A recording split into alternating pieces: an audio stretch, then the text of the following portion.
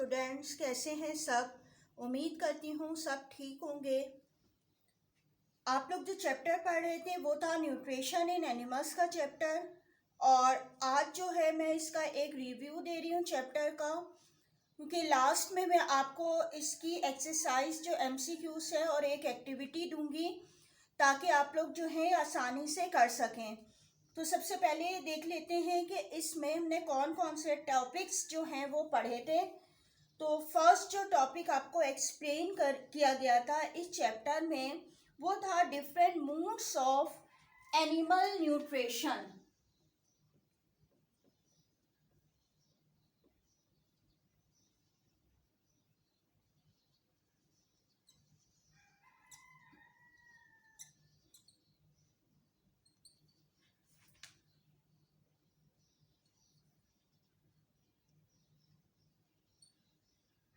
इसमें मैंने आपको मुख्तलिफ जो है मेथड बताए थे कि एनिमल जो है किस तरीके से फूड लेते हैं, और उसमें जो आपको मेथड बताए गए थे वो 4 मेथड थे बेसिकली। जैसे कि होलोजोइक न्यूट्रिशन के बारे में बताया गया कि इसमें जो एनिमल जो है सॉलिड या लिक्विड जो है वो होल फूड लेते हैं। और इसकी एग्जाम्पल जिस तरह हेर्बीवोर्स एनिमल्स हैं, कार्निवोर्स हैं, ओमनीवोर्स हैं जो अपनी फूड ले रहे होते हैं, ये एक होलोजोइक न्यूट्रिशन का मेथड है। इसके अलावा मैंने आपको पैरासिटिक न्यूट्रिशन के बारे में बताया कि इसमें जो एनिमल्स हैं दूसरे ऑर्गेनिज्म से अपनी फूड लेते हैं और जो है उसको जो है नुकसान भी पहुंचा रहे होते हैं। और इसकी एग्जाम्पल थी जैसे कि मॉस्कीटो थी जो कि दूसरे ऑर्गेनिज्म से ब्लड हासिल करता है, और इसके अलावा लाउस की भी जो है एग्जाम्पल थी जो कि ब्लड ले रहा होता है। और इस तरह जो है थर्ड जो आपको न्यूट्रिशन बताई गई थी ये थी सेप्रोजोइक न्यूट्रिशन, जिसमें आपको बताया था ये ऐसी जो मूड ऑफ न्यूट्रिशन है जिसमें कि ऑर्गेनिज्म जो है डेड ऑर्गेनिज्म से अपनी फूड लेते हैं। ठीक है, इसमें एग्जाम्पल थी जैसे मिलीपीट है, वुड लाइस है। और इसके बाद आपको म्यूचुअलिस्टिक न्यूट्रिशन के बारे में बताया गया जिसमें 2 ऑर्गेनिज्म एक साथ रहते हैं और एक दूसरे से अपनी जो है फूड ले रहे होते हैं, या तो जो है वो दोनों एक दूसरे को फायदा पहुंचा रहे होते हैं, या इसमें जो है एक ऑर्गेनिज्म जो है फूड लेता है और फायदा हासिल करता है लेकिन जो है नुकसान किसी किस्म के नहीं पहुंचा रहे होते हैं एक दूसरे को। ठीक है, और ऐसे जो एग्जाम्पल है इसमें आपको मैंने रेमोरा और शार्क की एक एग्जाम्पल एक्सप्लेन की थी।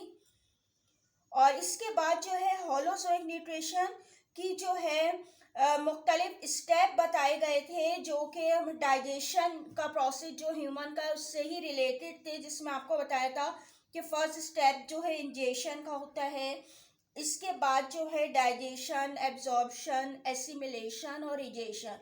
ये पूरा डिटेल में आपको ह्यूमन डाइजेस्टिव सिस्टम जो एक्सप्लेन किया था उसमें भी ये एक्सप्लेन हुए थे टॉपिक्स को। इसके बाद न्यूट्रिशन इन एन अमीबा का आपको टॉपिक समझाया गया।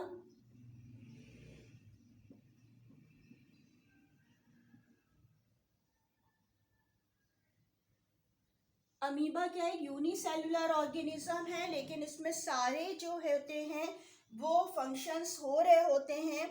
और इसमें जो होते हैं जब ये फूड लेते हैं अपने, तो इसमें जो है सीडोपोडिया जो इसके लोकोमोटरी ऑर्गन भी हैं और इसको जो है फूड लेने में भी हेल्प करते हैं। इसका मैकेनिज्म आपको बताया गया था कि अपनी फूड जो है किस तरीके से लेते हैं। ठीक है, और इसके बाद जो आपका टॉपिक था ये न्यूट्रिशन इन ह्यूमन बीइंग्स का।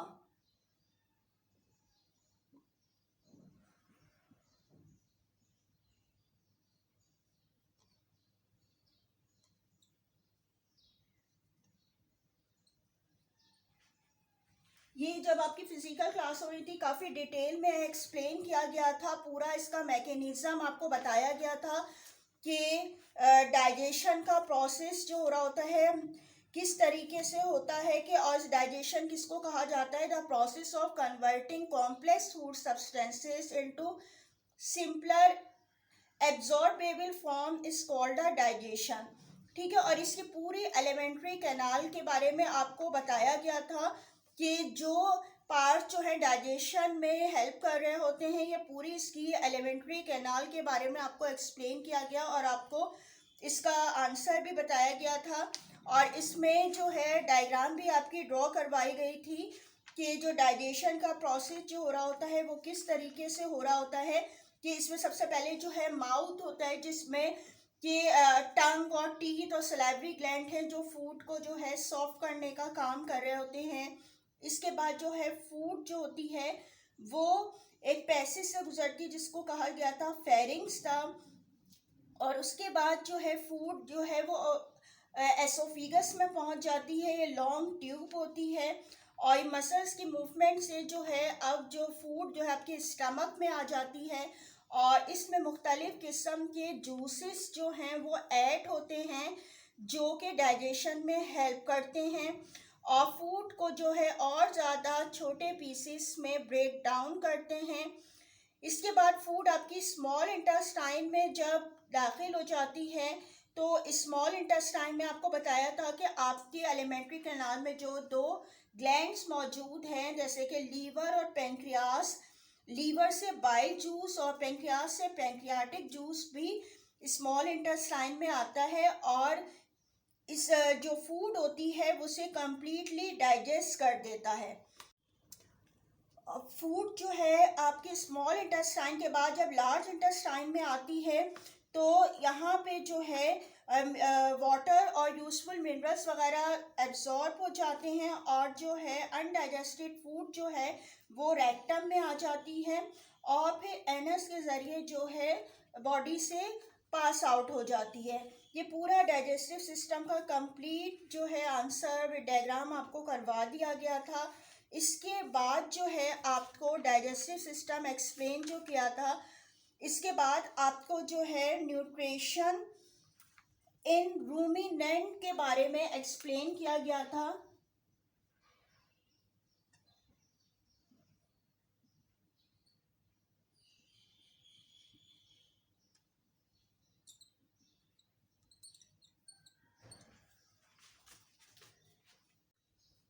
रूमिनेंट में मैंने आपको बताया गया था कि ऐसे एनिमल्स होते हैं जिनके स्टमक जो होता है उसके 4 चैम्बर्स होते हैं और जब वो कोई चीज़ खाते हैं तो इनके जो स्टमक के जो पार्ट्स में जो स्टोर हो जाता है और दोबारा जो है इनके माउथ में आता है और इसको वो च्यूइंग कर रहे होते हैं। तो ऐसे एनिमल जो हैं वो रूमिनेंट एनिमल कहलाते हैं और जो ये प्रोसेस हो रहा होता है जिसमें ये फूड को च्यूइंग करते हैं ये प्रोसेस कहलाता है रूमिनेशन का। ठीक है, इसके बारे में एक्सप्लेन हुआ। इसके बाद जो है डिफरेंट टाइप्स ऑफ टीथ,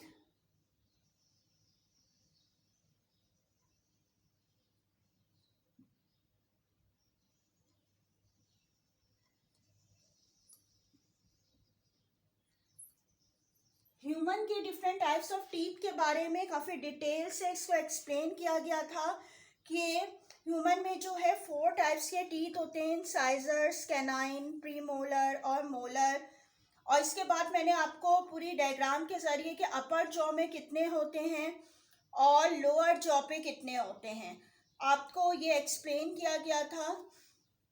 इसके बारे में पूरा कि जो है अपर जॉ में जो है इंसाइजर 4 होते हैं, लोअर में भी 4, इसी तरह कैनाइन में 2 होते हैं अपर जॉ में और लोअर जॉ में भी 2 होते हैं। इसके बाद प्री मोलर जो है अपर जॉ में 4 और लोअर जॉ में भी 4 होते हैं। और लास्ट जो आपके टीथ होते हैं वो मोलर्स कहलाते हैं और जो इसमें आपको बताया गया था कि ये जो है 6 जो है अपर जॉ में और 6 ही लोअर जॉ पे होते हैं मोलर, और जो लास्ट टूथ होता है उसको विजडम टूथ कहते हैं। ठीक है, इसके बारे में एक्सप्लेन हुआ था। और जो है इंसाइजर जो हर्बीवोर्स एनिमल्स में काफ़ी शार्प होते हैं क्योंकि जो है वो प्लांट्स वगैरह खाते हैं और इसी तरह जो मीट ईटिंग एनिमल्स होते हैं इनमें जो है वेल डेवलप होते हैं ये टीथ। कैनाइन जो कि कार्निवोर्स एनिमल जो आपको पता है कि मीट ईटिंग होते हैं, इनमें जो है कैनाइन टीथ जो है वेल डेवलप होते हैं। ठीक है, इसके अलावा जो है प्रीमोलर और मोलर जो टीथ होते हैं वो क्या होते हैं, च्यूइंग और ग्राइंड करने का काम कर रहे होते हैं। ठीक है, इसके बारे में एक्सप्लेन हुआ था। और फिर आपको जो है टंग और उसके जोन्स के बारे में भी एक्सप्लेन किया गया था। और इसके बाद जो है डेंटल प्लाक के बारे में भी आपको बताया गया था। ठीक है, टंग के बारे में और जो है इसका पूरा आपको एक्सप्लेन किया गया था।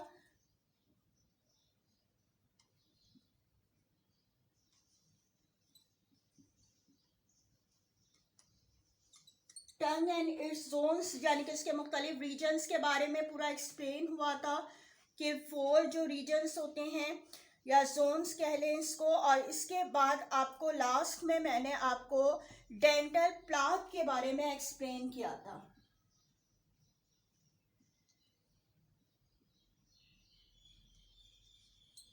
कि जो आपके जो टीथ होते हैं अगर आप उनको साफ ना रखें, ब्रश ना करें, तो उन पर एक स्टिकी जो है लेयर या फिल्म जो है बारीक सी आ जाती है। और ये जो होती है स्टिकी या येलो कलर की जो लेयर होती है इसको डेंटल प्लाक कहते हैं। और अगर इसकी सफाई ना की जाए टीथ की तो ये आहिस्ता आहिस्ता क्या होते हैं, आपके टीथ के अंदर के हिस्सों को ख़राब करने लगते हैं, आपके गम्स को ख़राब करने लगते हैं। और क्या होता है लास्ट में जो होता है वो जो टीथ होते हैं आपके टूटना शुरू हो जाते हैं। और इसके साथ जो है जो टूटने से पहले लाजमी बात है कि उसमें जब ये प्लाक वगैरह लग जाता है और अंदर का हिस्सा जो है वो डैमेज होना शुरू होता है तो आपके जो गम्स होते हैं उसमें स्वेलिंग और ब्लीडिंग भी होती है। और जो है लास्ट में जो है वो टीथ जो है वो टूटना शुरू हो जाते हैं। तो ये पूरा चैप्टर का एक रिव्यू दिया है ताकि आपको जो है दोबारा से याद आ जाए कि हमने इस चैप्टर में क्या क्या पढ़ा था। क्लास, अब जो आप लोगों ने जर्नल में अपना वर्क किया उसको देख लीजिए कि आपका कितना काम है और कितना करवा दिया गया है। क्वेश्चन नंबर मैंने 1 to 16 करवाएं। आप ये चेक कर लीजिए आपके पास हैं कि नहीं है। और जो 16 क्वेश्चन है इसमें कुछ क्वेश्चन के सामने जो है डायग्राम भी थी, जैसे कि क्वेश्चन नंबर 6 में सबसे पहले तो एलिमेंट्री कैनाल की डायग्राम ड्रॉ करवाई गई थी। ये आप चेक कर लीजिए कि आपके पास जो है 6 पे एलिमेंट्री कैनाल की डायग्राम बनी हुई है कि नहीं है। इसके अलावा जो है क्वेश्चन नंबर आपको 1 करवाया गया था 14, जिसमें कि आपको रूमिनेंट स्टमक की जो है डायग्राम बनाने को कहा था। ठीक है, ये आप चेक कर लीजिए रूमिनेंट स्टमक की डायग्राम आपके जो है क्वेश्चन नंबर 14 पे बनी है कि नहीं। इसके बाद 15 जो क्वेश्चन था उसमें टाइप्स ऑफ टीथ, ठीक है, टाइप्स ऑफ टीथ का एक पूरा डिटेल जो आंसर करवाया गया था। इसमें टाइप्स ऑफ टीथ में मैंने इंसाइजर, कैनाइन, प्रीमोलर और मोलर का एक एक जो है टूथ आपको बना के बताया था कि ये डायग्राम आपने बनानी है। ठीक है, और इसी तरह यानी कि 6 तक डेंटल प्लाक तक जो है लास्ट क्वेश्चन नंबर 16 आपका हो चुका है। इसके बाद आप देखिए मैंने होमवर्क मेंशन किया है, यानी कि आज का आपका होमवर्क क्या है, चूज द करेक्ट आंसर। ये आपके बुक पेज नंबर 21 आप देखिएगा, वहाँ पे एक्सरसाइज से 5 MCQs दिए गए हैं। ठीक है, और हर एक का जो 4 ऑप्शंस हैं ये आपने करना है कॉपी में, आपके जर्नल में आप कॉपी कीजिएगा और फिर आपने सॉल्व करने हैं। ये आप जो है खुद जो हैं इसको सर्च करेंगे और उसके आंसर्स को आप खुद से जो हैं वो लिखेंगे। ठीक है, आपको एक्सप्लेन कर दिया है पूरा चैप्टर, इसका रिव्यू भी हो गया और ये आसानी के साथ आप कर सकते हैं। तो ये आपका एक MCQs का एक आज का होमवर्क है। और इसके बाद आपने जो है एक एक्टिविटी करनी है। ठीक है, ये एक्टिविटी भी अभी बता रही हूँ क्या करनी है। इसके लिए आपको पता है जिस तरह आपको करवाई जाती है, यानी कि चैप्टर के एंड में MCQs के बाद आपने क्या करना है, कलर कंप्यूटर पेपर लेना है और उस पर जो है ये एक्टिविटी आपने लिखनी है। अब ये एक्टिविटी देख लें आपने किस तरीके से करना है। आपने कंप्यूटर पेपर लेना है, कलर पेपर लाइट कलर का लीजिएगा और उसके बाद जो है इसको MCQs के बाद जो है लाइंस वाला पेज उस पर जो है पेस्ट कर दीजिएगा, हेडिंग दीजिएगा एक्टिविटी की, क्वेश्चन लिखिएगा, फिर कंप्लीट द फॉलोइंग टेबल। आपने इसके बाद जो है 3 कॉलम ड्रॉ करने हैं। फर्स्ट पे हेडिंग देंगे टाइप्स ऑफ टीथ की, सेकंड पे हेडिंग देंगे number in your upper jaw और लास्ट पे हेडिंग देंगे number in your lower jaw, ठीक है। और इसके बाद आपने एक साइड पे जहाँ टाइप्स ऑफ टीथ हैं वहाँ पे इंसाइजर, फिर गैप दे के लिखेगा। ये पेज पे आपने गैप दे दे के कीजिएगा, सफाई से काम कीजिएगा। कैनाइन की हेडिंग दीजिएगा, फिर साइड हेडिंग, फिर प्री मोलर्स और मोलर, ठीक है। यानी कि आपने 4 टाइप्स के टीथ के नेम मेंशन कर दीजिएगा और गैप दे के लिखेगा। इसके बाद यहाँ पे आप देखिएगा मैंने कॉलम खाली छोड़ दिए हैं कि number in your upper jaw, यानी कि इंसाइजर आपके अपर जॉ में टोटल कितने होते हैं, ठीक है। इनकी आपने नंबर्स लिखने हैं, कितने होते हैं, 2 होते हैं, 4 होते हैं, 6 होते हैं, 8 होते हैं। अपर जॉ में टोटल कितने होते हैं इसे नंबर्स में मेंशन कीजिएगा, ठीक है। इसके बाद जो है number in your lower jaw, यानी कि इंसाइजर आपके लोअर जॉ में टोटल कितने हैं, ठीक है। उनके से नंबर जिस तरह 2, 3, 4 जिस तरह नंबर्स आप लिखते हैं वो नंबर से मेंशन कर दीजिएगा, या आप खुद से कीजिएगा। इसके बाद जो है कैनाइन देखिएगा अपर जॉ में आपके टोटल कितने हैं, ठीक है। यानी कि ऊपर वाला जो आपको पूरा एक्सप्लेन किया था लेक्चर में, पूरा ड्रॉ करके कि अपर जॉ में कितने होते हैं, या आपने उसकी तादाद लिखनी है, ठीक है। पूरे टोटल यानी कि कैनाइन अपर जॉ में कितने हैं उनको मेंशन कीजिएगा। इसी तरह लोअर जॉ में कितने होते हैं ये आप मेंशन कीजिएगा। इसी तरह फिर प्री मोलर भी आपके अपर जॉ में कितने हैं, लोअर जॉ में कितने हैं, इसको मेंशन कीजिएगा नंबर्स में। फिर लास्ट जो है मोलर, मोलर टोटल कितने होते हैं, जिसमें विजडम जो टूथ है वो भी इंक्लूड है, यानी कि टोटल मोलर जो है कितने हैं और उसमें जो है लोअर जॉ पे कितने हैं ये आपने लिखने हैं। और देख लीजिएगा लिखने के बाद यानी कि टोटल जो है आपके नंबर ऑफ टीथ जो है आपके माउथ में कितने होते हैं, 32 टीथ होते हैं। तो आप ये देख लीजिएगा अपर जॉ लोअर जॉ को मिला के आपके 32 टीथ बन रहे हैं, यानी कि अपर जॉ में कितने होने चाहिए और लोअर में टोटल कितने होने चाहिए, कि टोटल जो आपके टीथ का आए वो क्या आना चाहिए, 32 टीथ।